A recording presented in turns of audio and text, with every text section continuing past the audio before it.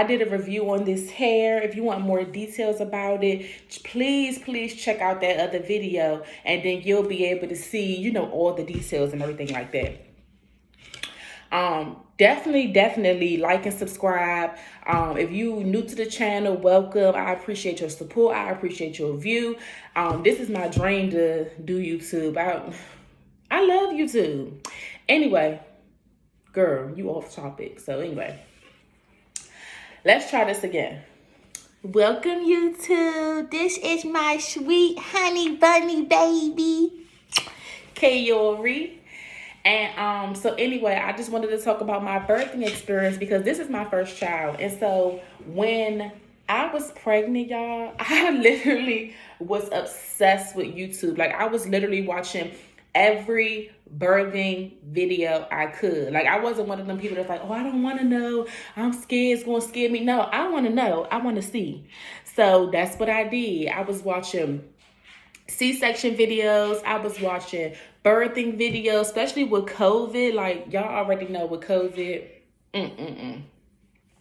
So that was stressful enough. Like, having my first baby in this COVID was just like a mess. Like, I was quarantining hard, okay? I didn't want me or my baby get sick. Like, this something new. We don't know what this could do. So anyway, I was 39 weeks and 2 days. And I was just so over being pregnant, y'all. I had gained so much weight. I was 112 pounds when I got pregnant. I was literally 168 on my last visit to the doctor before I had him. Like, that's a lot of weight to gain. And so I was like, if he get any bigger, he was always measuring the head. I was like, if he get any bigger, I'm going to have to get a C-section. I don't want a C-section. I mean, of course, at the end of the day, you want a healthy child. But if I could avoid that, that was something I wanted to avoid. Plus, I wanted to experience pushing him out. So nonetheless, I asked my doctor, I was like, do you think, oh, and that's another thing. I may have to make a separate video for this. I had something called, dang, I forgot what it's called. I'm gonna make a separate video about that because I don't even got enough time. Because they be cutting the video short. You can only make a limited amount of time on the video. So I had this real bad rash, like, that came from my pregnancy, and it was horrible. So, like, can I get induced because of this rash? You know, usually they don't want to induce you unless it's a medical reason or something like that. I didn't have preeclampsia or none of that throughout my whole pregnancy. I had a good pregnancy. I didn't even have no morning sickness and stuff. So, she said I could. So, especially because I was already 30, I was walking all the time, y'all. Walking all the time. So, long story short, she said I can get induced. She said, we tried to call the people at the hospital to see when I can come in, but they didn't answer. So she said when they call her back, she'll call me. Y'all, I didn't even make it home yet from my appointment, and she had already called me. I missed the call, so I called her back. She was like, you got an appointment for 2 days from now. Get everything together, but first you're going to have to go get COVID tested since you're coming in. Now, if you would just went into labor, then she was like, you just had got your COVID test at the hospital. But she's like, since you're being induced, you know you're coming in. You have to go to one of these centers to get COVID tested. And y'all, I was real scared because I don't play with stuff up my nose or in my eyes. Like, I'm real sensitive about that. So anyway, nonetheless, when I got to the testing center, I'm like, oh my gosh, I already don't like being out because I'm pregnant. I don't want to get sick. And anyway, when I got there, they had to do both nostrils. It wasn't just one. No, she had to do both. But honestly, y'all, it really wasn't that bad. Like, I dropped a tear, but it wasn't bad. Your reaction just gonna be that. So anyway, after that, it was like the day before, I was trying to call them to see, like, okay, am I still good to come in? Because they really can't tell you. You can't confirm it because if somebody comes in, there's no more beds, then you can't get induced. So it has to be like, okay, there's a bed available. So a bed ended up being available. And again, this was my choice to get induced. Leave that alone, baby. And so, my bad, I just got a text message. But yeah, so it was my choice to get induced. So when I ended up calling them. They kept saying they couldn't find my COVID results, but the people from the COVID test had already called me and said my test was negative. I didn't have COVID. So I'm like, that's strange. Y'all with the same facility. This is the place that my doctor told me to go, that y'all connected. And when they do it, they gonna send it over. So she like, well, we can't find it, and can you maybe call that person back that told you? So I was going through all this stuff. Luckily, the man that called me and told me, he was very, very helpful. Like, you would have thought that he was the baby daddy. Like, he was very, very helpful in trying to help me find the results or whatever like that to send it over to their department. Like, it was a whole back and forth, y'all. Long story short, she ended up getting the results, and she was like, okay, we got your results. We see it's negative. You could come in. So your results determined how many people you could have in the room. If you had COVID, then I think she said you could only, if you had COVID, you could only have one person in the room. If you didn't have COVID, then you could have two people in the room. So since I didn't have it, I was able to have my mother and my child's father. That was really important to me because don't get me wrong, I wanted to be fair to let the child's father be there. But my mother, oh no, I needed her there. I need my mama. I'm sorry. Like, I need my mother because she make everything better sometimes.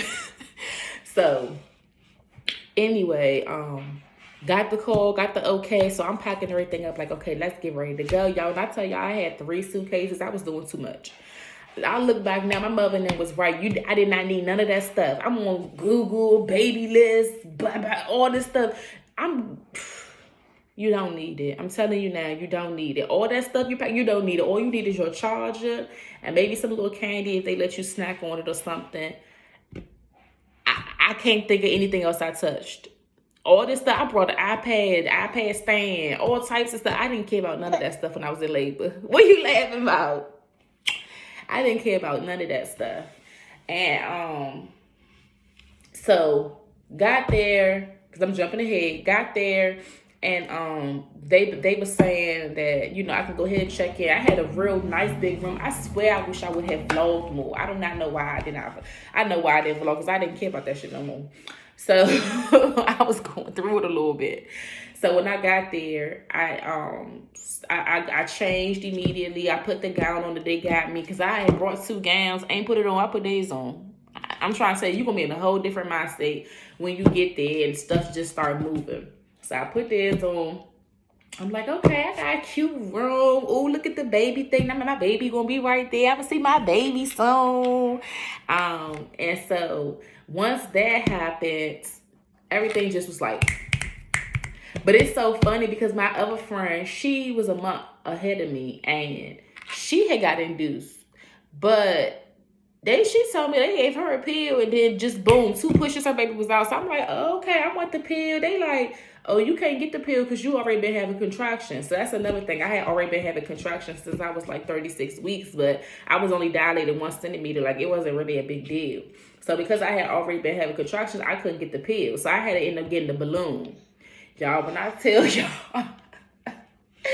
the balloon, oh my Lord have mercy. That balloon, I had got that when I was 1 centimeter. It's supposed to, you could keep that there up until 12 hours. The balloon, it'll fall out. It could take up to 12 hours to make you go from 1 to 4. Y'all, I had went from 1 centimeter to 4 centimeters in 2 hours. So you know that hurt. Girl, when I tell you that balloon, because what they do, they put it inside of you and it's just opening you up, girl. It's just opening you up.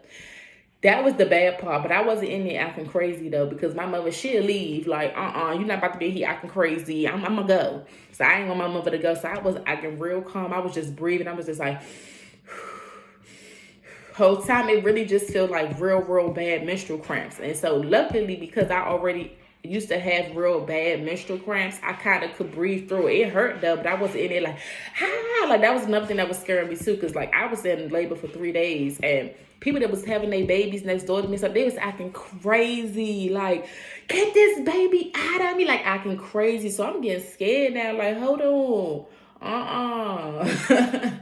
but yeah, so I'm all over the place, y'all. I'm sorry, but anyway. So I ended up, my birth story too long, and it keeps saying I can't upload a video that's longer than 15 minutes. You see mommy doing that? I'm already at 11. Anyway, let's try to keep going. So maybe I'll have to do part 1 and part 2. That's what I could do. I could do a part 1 and part 2. I'll do that.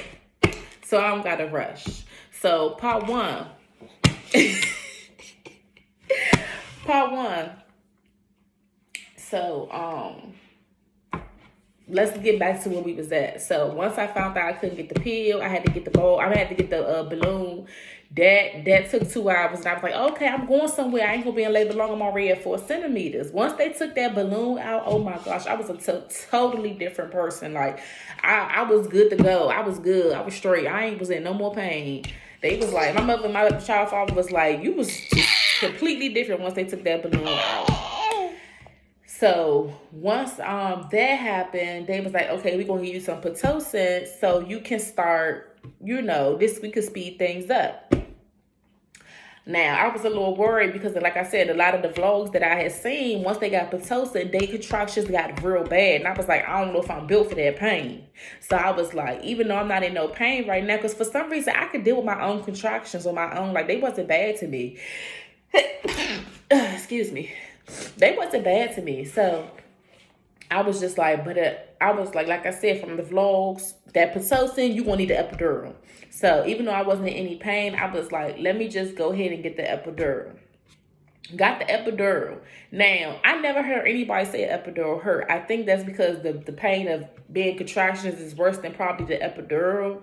So their mind is just off of that. But because, like I said, I wasn't in any pain when I got my epidural, it was a little uncomfortable to me. Like, first of all, it's already scary because you're like, okay, what if they make a mistake and I'm paralyzed or something, God forbid. So you already nervous about that, making sure you stay real, real still.